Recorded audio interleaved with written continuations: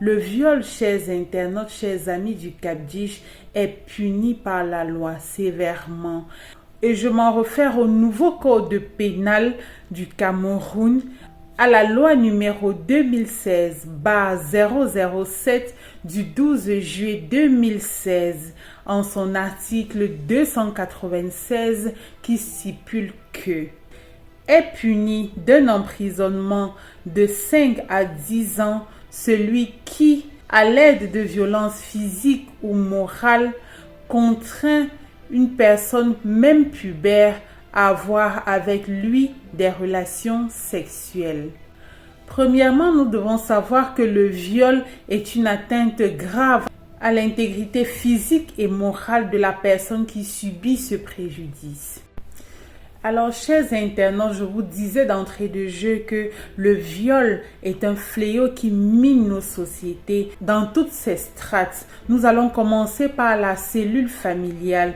Nous sommes consternés de constater que c'est dans cette même cellule familiale où nos enfants doivent se sentir en sécurité, là où nos enfants doivent se sentir aimés, valorisés, respectés. Dans cette cellule familiale où nos enfants doivent se sentir en confiance, malheureusement, le fléau de viol prend de plus en plus de l'ampleur. Nous voyons des parents qui se transforment en bourreaux, en psychopathes, faisant prévaloir les actes incestueux qui conduisent au viol.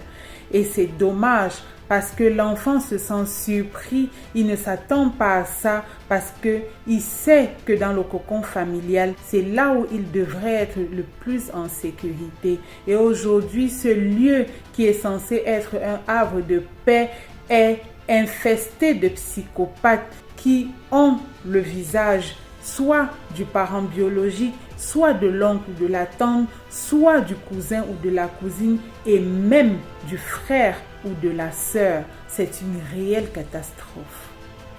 Dans les communautés religieuses, nous voyons des enfants qui sont confiés à des hommes de Dieu. Nous voyons des enfants qui sont confiés à des guides, à des personnes qui sont censées être les dépositaires de la morale universelle, les dépositaires de la crainte de Dieu, du respect des saintes écritures. Nous confions nos enfants à des personnes qui sont censées être des modèles de foi, des modèles de vertu, mais ce sont ces personnes-là qui finissent par être les prédateurs de nos enfants, les prédateurs des adolescents. Et ce qui fait que dans nos communautés religieuses, malheureusement, on note aussi un taux de viol très important.